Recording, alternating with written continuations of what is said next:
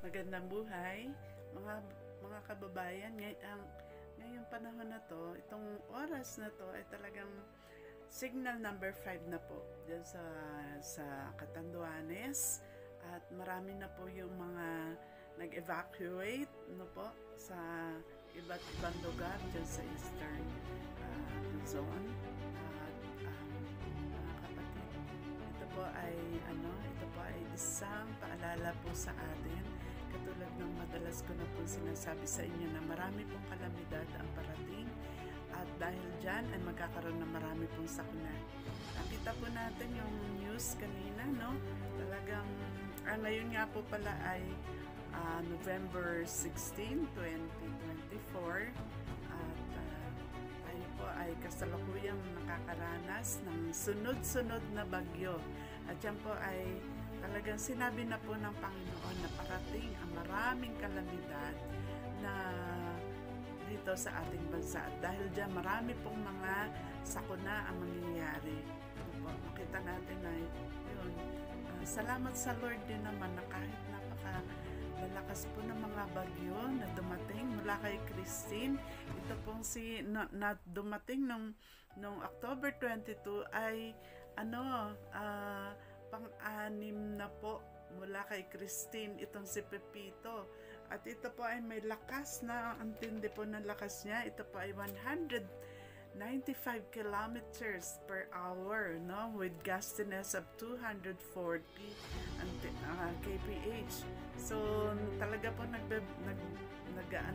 naghahanda ang gobyerno, talagang binalikas pilit lahat ng mga tao doon sa bandang Camarines, ganyan, no, sa Catanduanes, sa Quezon, yan. Kasi nga po, padating na po si Pepito na super lakas. Kanina po, umaga, nagpe-pray po ako, Lord. Sabi ko nga, ano masasabi niyo po sa papadating na bagyong si Pepito? Alam niyo, ang sinabi ng Panginoon, sabi niya, anak, ito yung sabi niya, nais kong ikaw ay magbigay ng babala, sabi niya, sa mga tao na ang sunod-sunod na bagyo ay isang babala na ang buhay ay maigsi lamang, at dapat na patuloy na mamuhay na may pagtingin sa buhay na walang hanggan, na sila ay harap sa akin at magsusulit sa lahat ng kanilang ginawa habang sila ay namumuhay sa mundo. Sabi niya, marami sa mga tao, ayan po, sinasabi ng Lord, marami sa mga tao ang patuloy na namumuhay ng hiwalay sa akin, sabi niya. At animo ay habang panahong nasa mundo, samantalang ang buhay ng tao ay 70, 80, mahaba na yun, di ba? Tapos sabi niya, nais kong ang mga taong aking likha ay makasama sa aking walang hanggang kaharian. Gusto niya makasama. Datapwat, sabi niya nun, marami sa kanila ay patuloy na nagwawalang bahala sa katotohanan iyan. Yan. Nais kong patuloy mong bigyang diin ang katotohanan iyan. Maikli lamang ang buhay sa mundo, at pagkatapos ay haharap sila sa akin at magsusulit ng lahat ng kanilang ginawa habang sila ay namumuhay sa mundo. Sabi niya ganon. Nais kong iyong ipakitang hindi sulit. Sabi niya, hindi sulit ang buhay kung kanilang gugugulin lamang sa mga hindi gaano mahalaga sa buhay, katulad ng mga material na bagay, sabi niya, na madaling naluluma, sabi niya, madaling kumukupas, no? Yung mga material na bagay na yan, na nanakaw, ganyan, nasisira, nawawala. Tapos ganyan mo uubusin ng lakas at oras mo sa mundo. Ang siksi ng buhay. Saan yung gano'n? So, yun po yung sinabi ng Lord, na talagang kinakailangan maghanda tayo sa eternity. Sabi niya gano'n. At tapos ito, naalala ko po yung verse dito sa Bible. Sabi dun sa Hebrews 9:27, Hebreo 9:27 na nagsasabi na ito po, 9:27, sabi niya, ito, Hebrews 9:27, sabi niya, nasaan na ba to? Sabi niya, itinakda sa mga tao na minsan lamang mamatay at pagkatapos ay ang paghuhukom. So, mga kababayan, no? Sa gitna ng mga bagyong dumarating na sinasabi ng Lord na paalala yan, no? Sa atin na maiksi lamang ang buhay. Ano po? So, at pagkatapos po ng buhay na ito, tayo po ay anong gagawin? Huhukuman. Mamatay tayo eh. Pagkaraan nun, huhukuman na tayo ng Panginoon kung ano yung mga ginawa natin habang nabubuhay.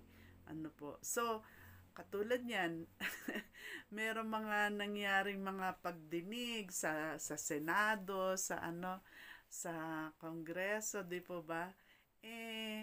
Ayun, parang nabaliwala yata yung mga nangyari mga patayan in the past, di ba?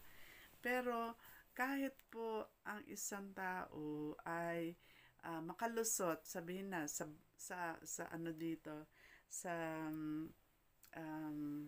justisya dito sa mundo, darating ang araw na tayo po ay haharap sa Diyos. Ano po? At siya ang siya yung just na judge na alam niya lahat. Hindi na kailangan ng mga witnesses, 'di ba? Sa Senado, no, na nila yung sa Senado, sa Kongreso, inaano nila yung tawag dito, tinatawag yung mga witnesses, ganyan. Sa Lord, wala na, hindi na kailangan kasi alam niya lahat. No? Kaya kahit na magsinungaling ka na magsinungaling, alam pa rin ng Lord kung ano yung ginawa mo.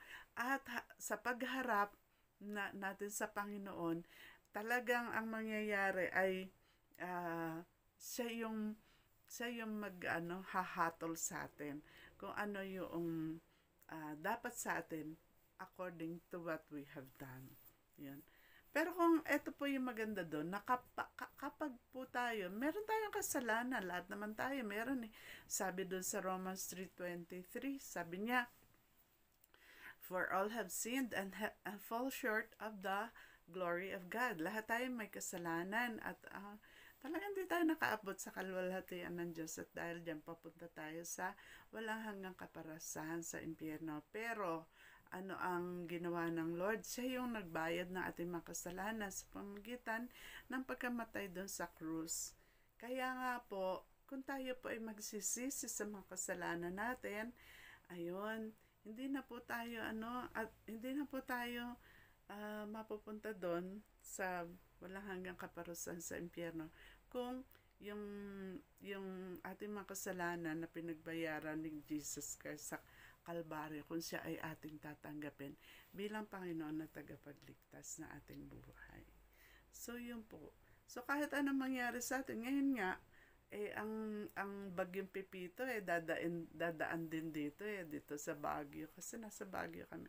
Siguro bukas nandito na siya.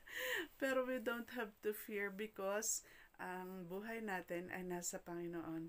Kung tayo ay tumanggap kay Jesus bilang Lord and Savior at siya na po yung mag-iingat sa atin, no? So, yun po. Kaya mga kababayan, kung tayo po ay wala pa si Jesus sa atin, bilang Lord and Savior, now is the time para tanggapin mo siya bilang Lord and Savior. Kasi hindi natin alam ano na ba mangyayari sa atin. Sa dami nitong mga kalamidad na nangyayari yan, dami namamatay, ang dami na mga sakuna, maaaring maging maging biktima rin tayo niyan. Pero masaya po dahil meron namang buhay na walang hanggan sa ating Panginoong Jesus. So, yun lamang po. At ito po ang inyong lola, si Lola Madam, nagsasabi sa inyo na kapag ang Diyos ang ating gabay, kay saya ng buhay. God bless everyone. Bye! Ingat po kayo!